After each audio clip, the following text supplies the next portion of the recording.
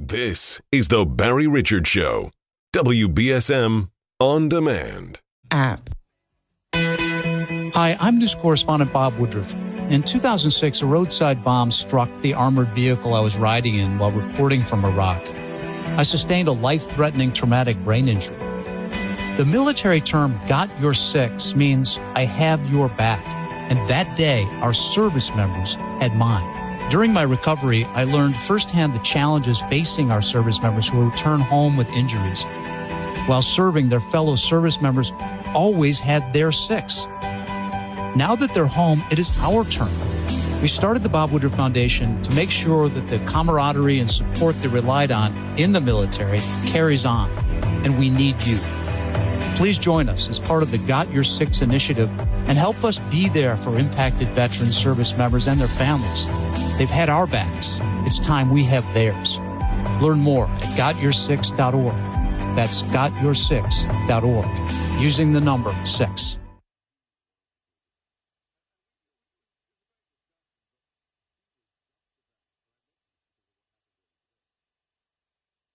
The Ken Pittman Show, 1420 WBSM, New Bedford.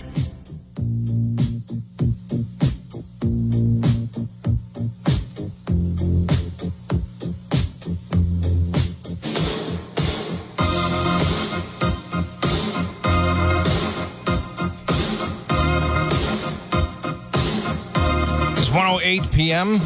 on a really nice afternoon here on the south coast of Massachusetts. You're listening to WBSM.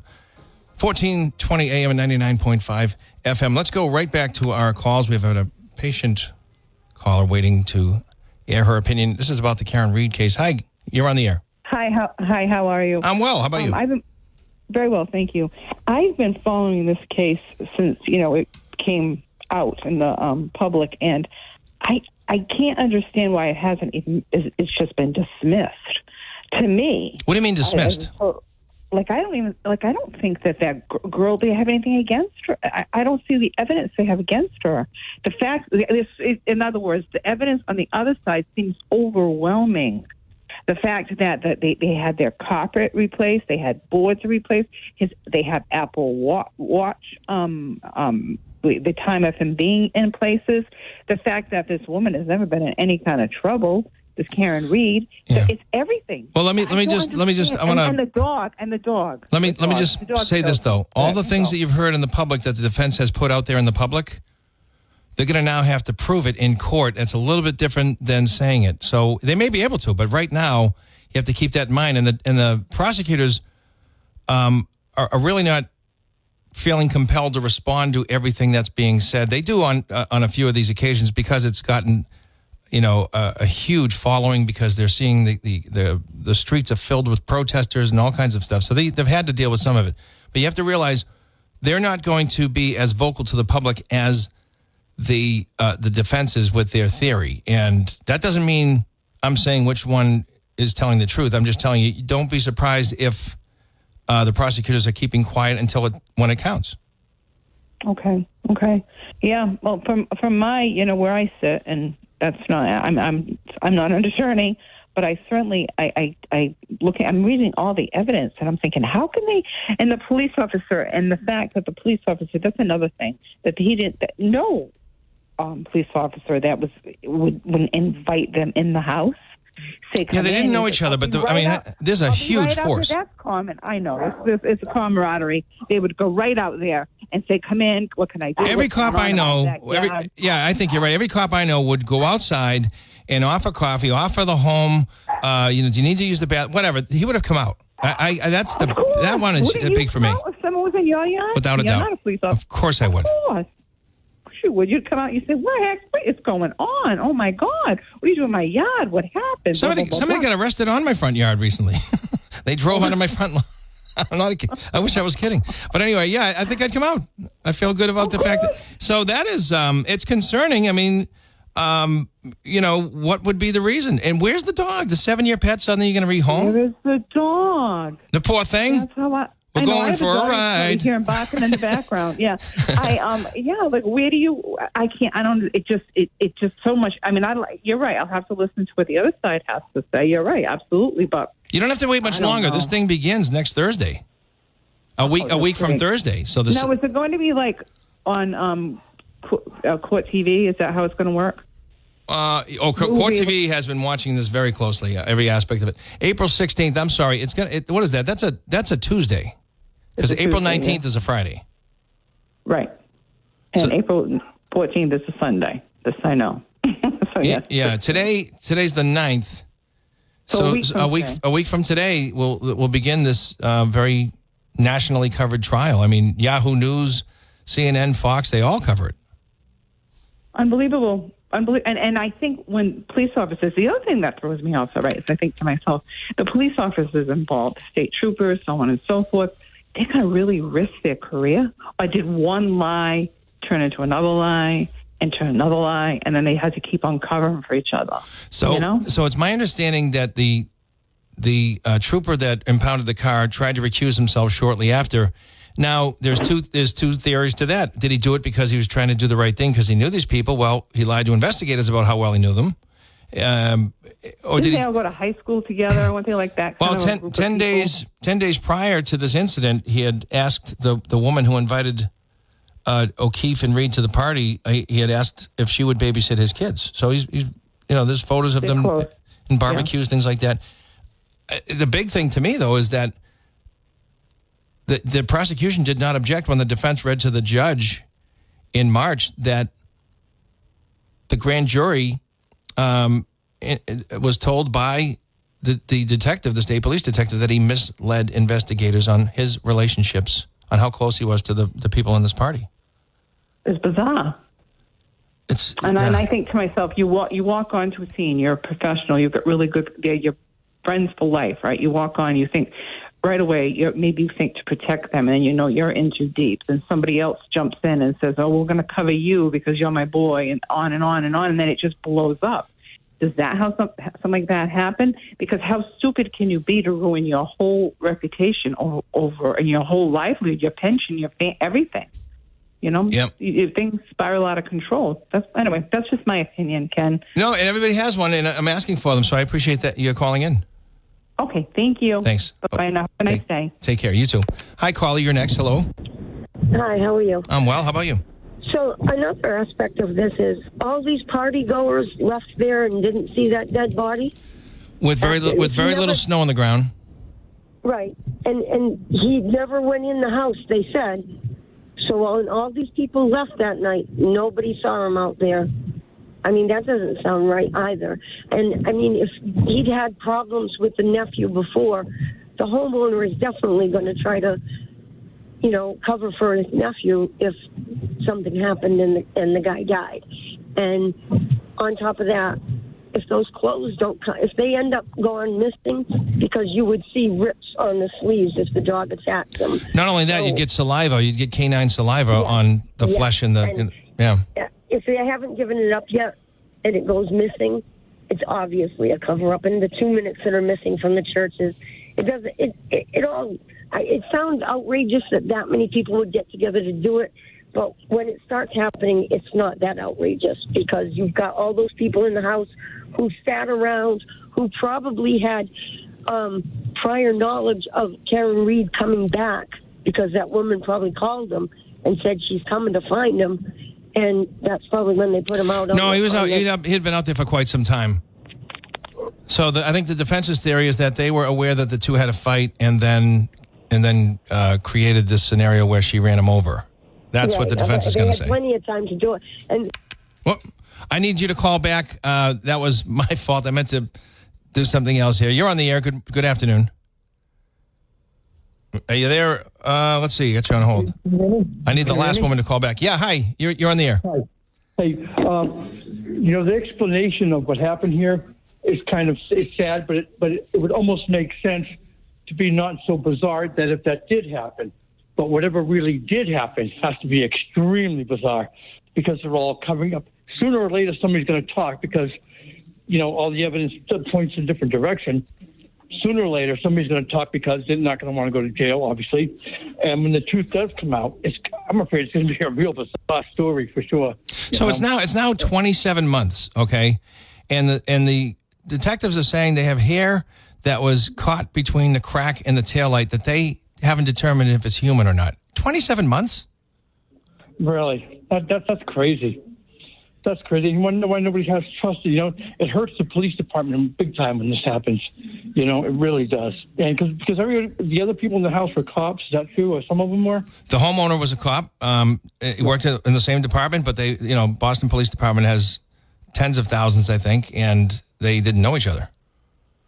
Oh, really? They were both living. So I can tell you that. So the victim is my wife's cousin.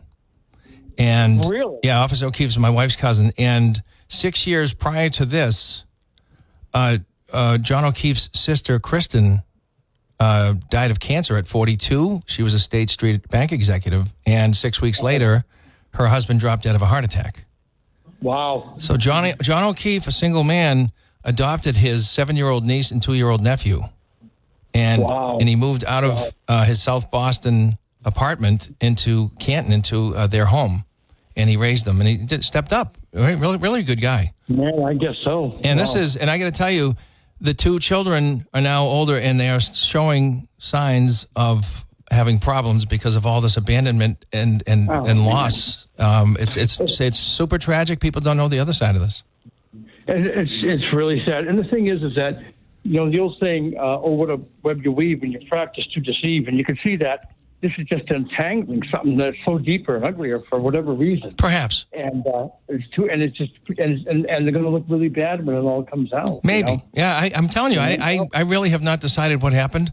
I would like to believe I could be more open-minded. I mean, if she was intoxicated and maybe she didn't realize she did more than knock him on his butt or something, not realizing how badly he was hurt, that would be one thing. They're charging him with much more than that. And her defense has put together a case that really makes it look like things happened inside the home that were far worse. Yeah. So did she actually hit him with the car? I don't know.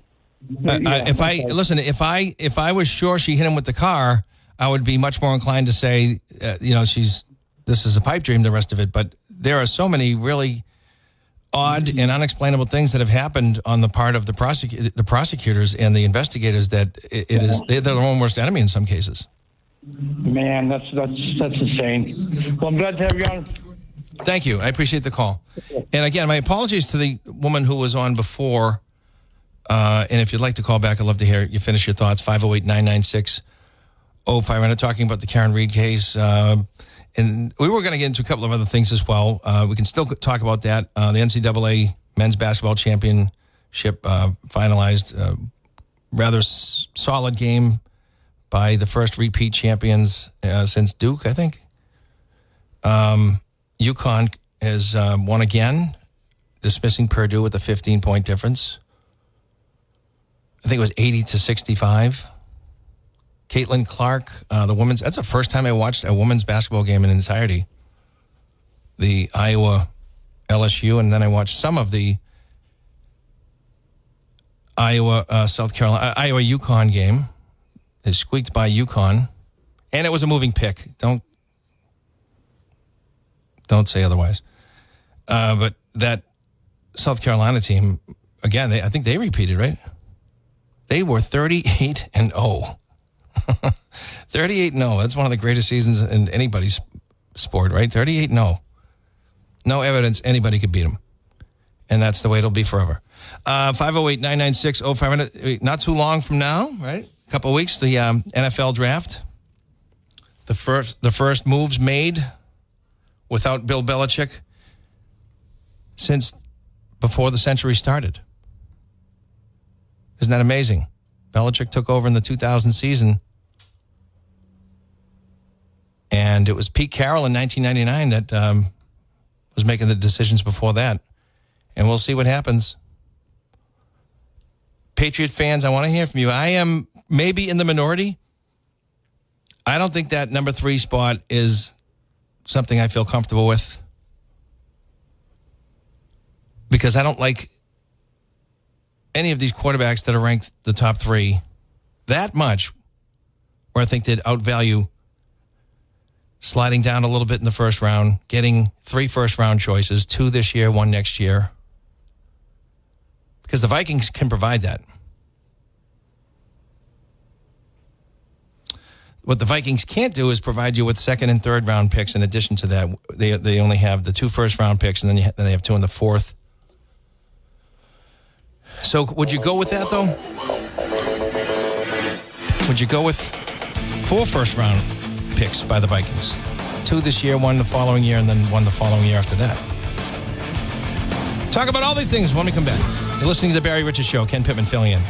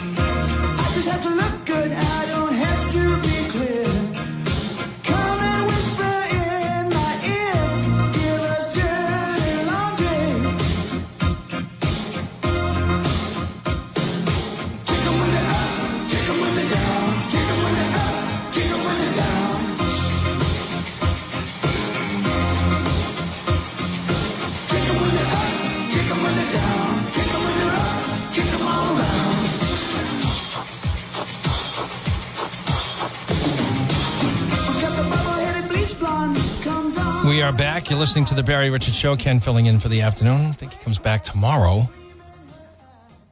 And all I know is I've got another hour and a half here on The Barry Richards Show. We have been talking about the Karen Reed case, which begins a week from today. Finally, the trial will begin, and it is one of the more fascinating criminal court trials in America today. Thanks for calling. You're on the air. Hello, Ken? Hi. Hi. I was kind of surprised the other day. I happened to go in one of the CVS stores that I don't usually go into. I was looking for a certain item, and I found everything on the lock, a lot of things on the lock and key. It's got to be that way today. Yeah, and I asked the manager had to come over and unlock it. And I asked him, what is the problem here with shoplifting? And he says, yeah, big time. And I asked him, I says, how doesn't the police get involved? He says, yes, the police get involved and they fill out forms and everything, but nothing.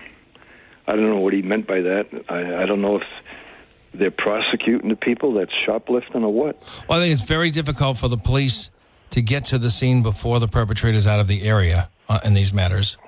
And in a lot of counties in Massachusetts, they don't really even prosecute. They certainly, there's not a lot of consequences for shoplifting anymore. It is amazing what people are willing to tolerate in order to keep liberal policies in place and liberal politicians in office, because this is what's happening. Yeah, well, this pharmacy is it's not in the best one of the. It's so bad. One of the Walgreens is in a neighborhood in Boston. The theft is so bad they're closing the store, and the activists in the neighborhood want to sue Walgreens for closing the store for taking so many losses. Yeah.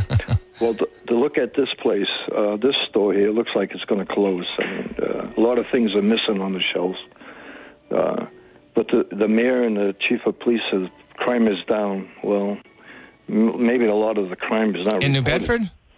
Yeah. Well, I look, I don't believe, I know that a lot of the police that I've talked with in the past say nothing but cover up. They're not allowed to put things in reports. They're not allowed to report on some things.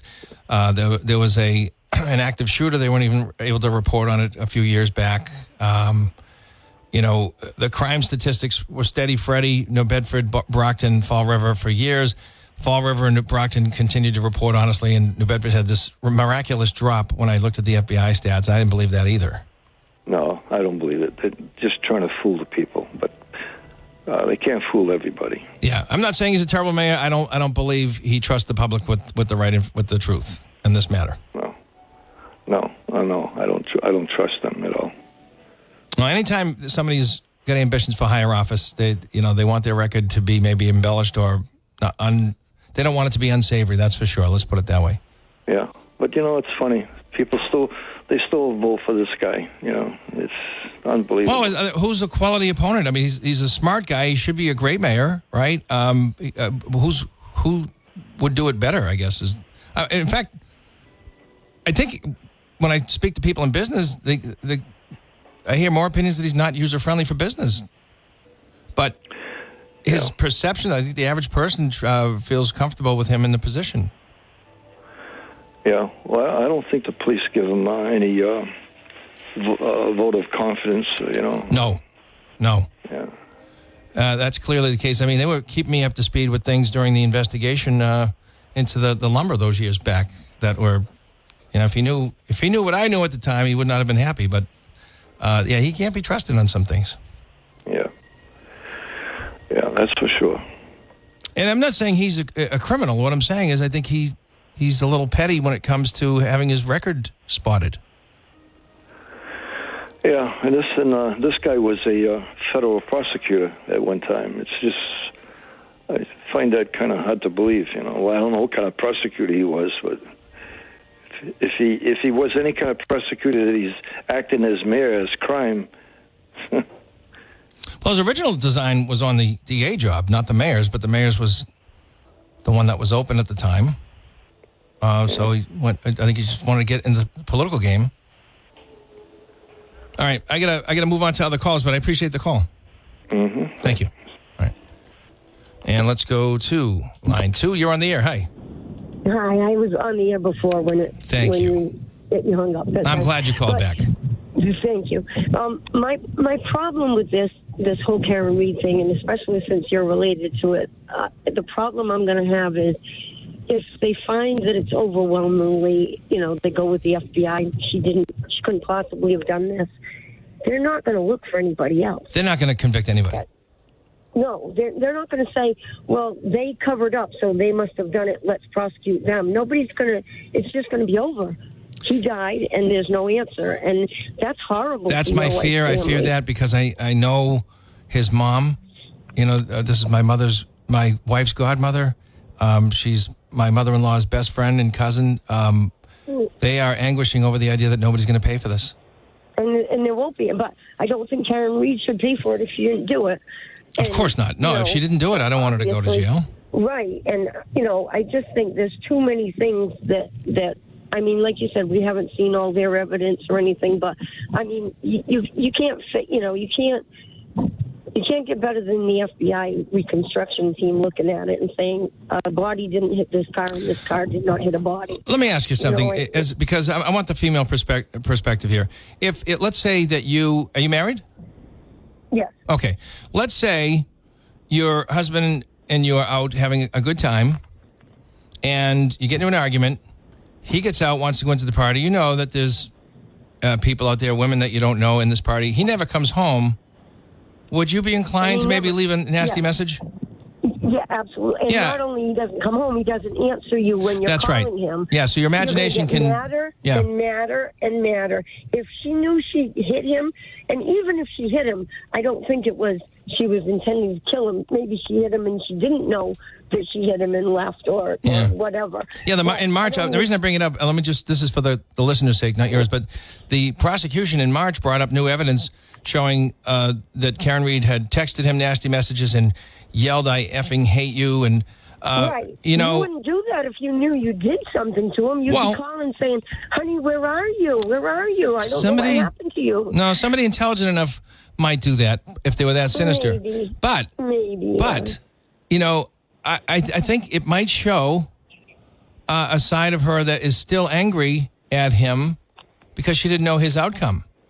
And jurors may look at it that way. This could backfire on the prosecutor showing this because it seems to me. I think so too. Yeah. I think if you had done that, when you're drunk and you're mad and tempers are flaring, yes, like you said, and it happens all the time in domestic abuse things, and women won't testify against their boyfriends or file criminal charges against them because they know they were fighting and it was stupid unless it was like an abuse situation or whatever. But I mean, it's a parent. She was mad at him. It's a parent there. If she thought she killed him, I don't think she'd be mad anymore. She'd be upset. Yeah, I mean, it is apparent to those around them that the relationship was going to fall of its own momentum. It started. It was maybe on the way out, but they were together that night, and only those two could say where it was going. Now only one, but the fact is, there was some video I saw once, and I think it was on Court TV. It showed her car backing up and like hitting another vehicle. Do you know what that was? No. Like where that was, No. or was it that night? Because they showed a car backing up, like on a house cam or a ring camera, and like tapping another car, and then going. Well, there was somebody on the street that said she went the way she said she went, and not the way that the prosecutors said she went. Right, and the plow driver said he never saw a body. Right, and those are all people that don't work for the police department. So, or know her.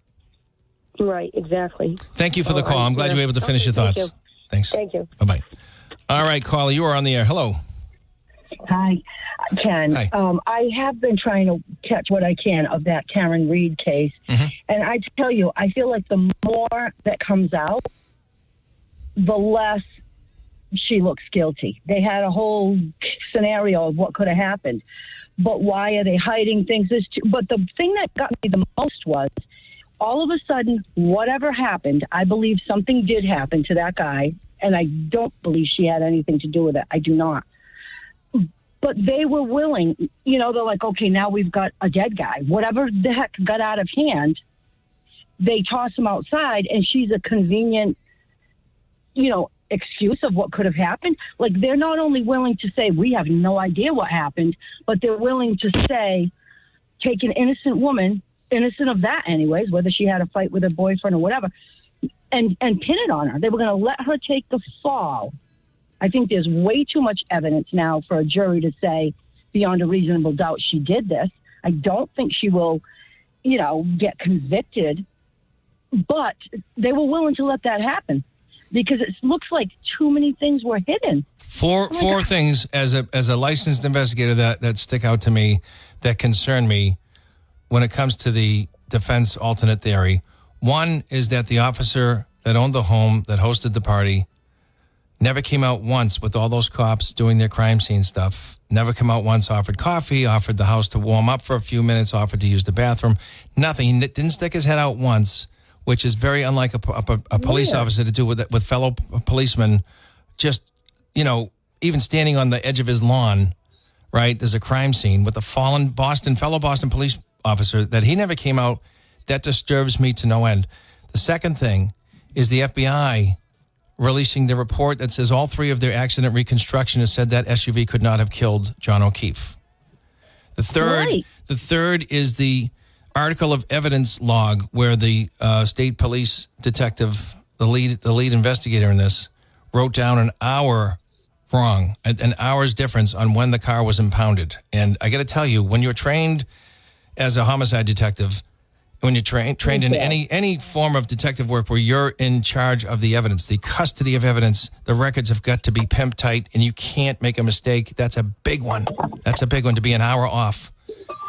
And then too many things. And then the dog. They can't tell me where the dog is. They had a 7-year pet, a German Shepherd that was in that home. They got rid of him right away, and they can't tell you where he is.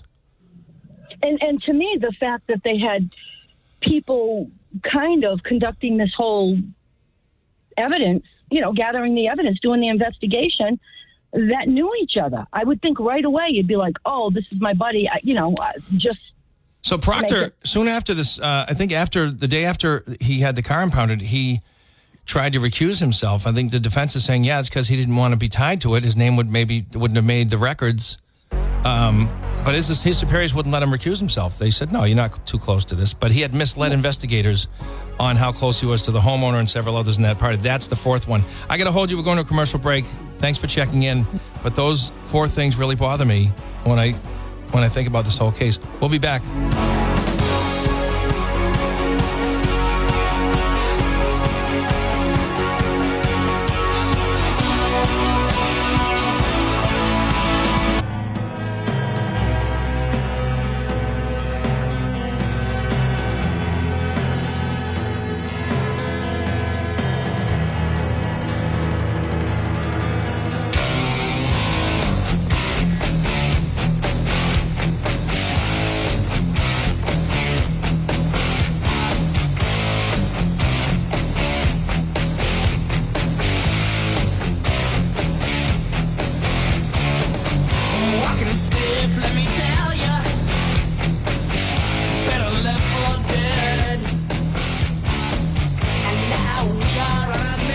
Yeah, the other problem, I think, is the prosecutor in this case, in the Karen Read murder trial. Prosecutor Michael Morrissey is the DA here. He's the lead prosecutor. Of course, he has his subordinates, ADAs, on this during the course. But he made the statement that Michael Proctor, the state police investigator, had no close personal relationship with any of the parties involved in the investigation, had no conflict, and had no reason to step out of the investigation. Every suggestion to the contrary is a lie. That's the district attorney of Norfolk County making that statement.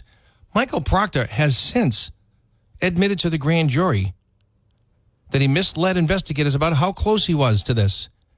He also did try to recuse himself. His superiors wouldn't let him. So the DA lied.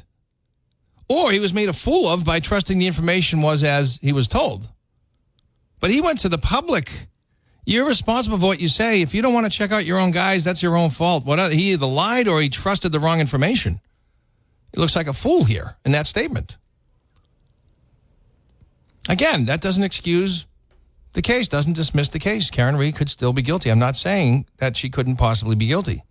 They're surrounded with all these accusations, all these facts, all these alternate theories. I don't know what's going to happen when when the trial begins on April 16th, next Tuesday. I mean, they could, like Bruce Lee, kick this fact in the face. Whack! I mean, they could whack all these accusations down with clear proof that they're right and this stuff is garbage. I don't know. I'm going to just let it all unfold. I can't do any better than that. But people in the public have already decided. You have the blogger known as Turtle Boy. I mean, he sat behind bars. I mean, there's been communications between Karen Read and Turtle Boy. Prosecutors talking about. I wasn't, frankly, that didn't surprise me at all. And I really don't care. If they have a cooperative media, why shouldn't the defense have a cooperative media outlet? And this guy calls himself a journalist. Howie Carr certainly treats him with a great deal of respect. I think he's clownish sometimes with his utterances. I mean, he doesn't have anybody that can fire him. It's his blog. But he calls himself a journalist. I've seen him lunge to things as and stating them as facts. And he's made irresponsible utterances of witnesses in this thing, which were illegal, in my opinion. These are not public people. These are witnesses to a criminal investigation. On the other hand, maybe a lot of this doesn't come to light if Turtle Boy doesn't start throwing these accusations around and enough people start saying, hey, it's not a bad point. Well, how did that happen? Well, what's going on here? I mean, he really did steer a lot of attention to this. It could be that this amateur blogger who calls himself a journalist is the one who unveils something bigger here. But when the DA makes a statement like that, and he goes public with it, like he's got a slam dunk, I mean, he looks like a damn fool here.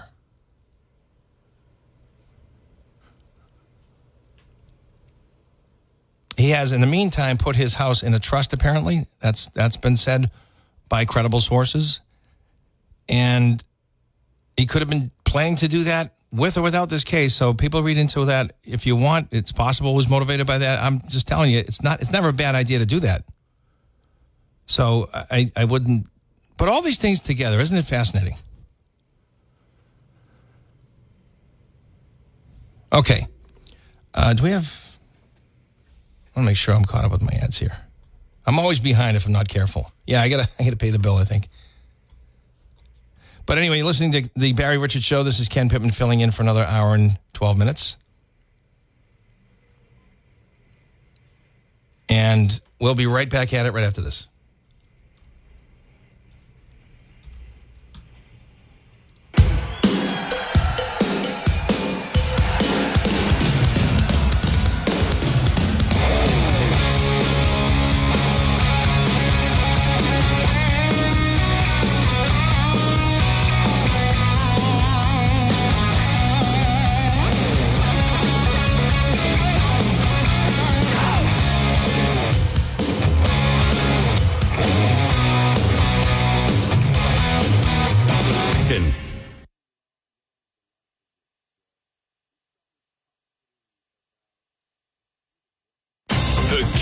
Pittman Show, 1420 WBSM, New Bedford. Okay, we're back. I talked about the Karen Reed story in the last couple of hours. We can switch it up a little bit here. I'm very excited about the NFL draft because I feel like I don't know who the Patriots are because this whole show, The Dynasty on Apple TV, is and just the things that I've learned about Robert Kraft. I'm just not as big a fan of him as I was. I'll put it that way. I'll be polite about it. But I don't know what the brain trust is. I don't know who they are or what they're going to do. I used to have a little bit of an idea, even though Bill Belichick locked down all information like the NSA, you know, sometimes it really surprised, but typically he would underwhelm with these names and where they were coming from, these schools, and sometimes they were great, sometimes they weren't. Certainly never picked a good wide receiver, or maybe one. That was his kryptonite. But he's gone, and we don't know who these guys are or what they're going to do. We have the number 3 choice in the draft as it stands right now. I, myself, would prefer they move down a little bit and get additional picks because this team needs help in a number of areas. I would love to see them get a top offensive tackle, a wide receiver, and then maybe a quarterback because they have a lot of faith in the next 3 ranked quarterbacks with second-round picks more than I do with the top 3 quarterbacks that you'd have to take with the one great pick, the 3rd pick. I just don't have a lot of faith in, like North Carolina, Drake May is the one they think we're going to end up with. He had a great year in 2022. He really did. But last year, 24 touchdowns, 9 interceptions. He was sacked 29 times. That's not stellar. That's not franchise stuff. He had 20 touchdowns and 9 interceptions if you take away the Campbell State and Appalachian State games. Jalen Daniels from LSU was 1-3 against ranked teams. He had 8 touchdowns against Georgia State, which really bloated his stats so much that he won the Heisman. Would have had a great year without that, but that really put him over the top. He's also throwing to 2 first-round draft choice wide receivers, so I don't know how good he is. I know he was sacked 22 times and 327 drops. And that's with college speed defenses. So what are the pros going to do to him? He's only 210 pounds.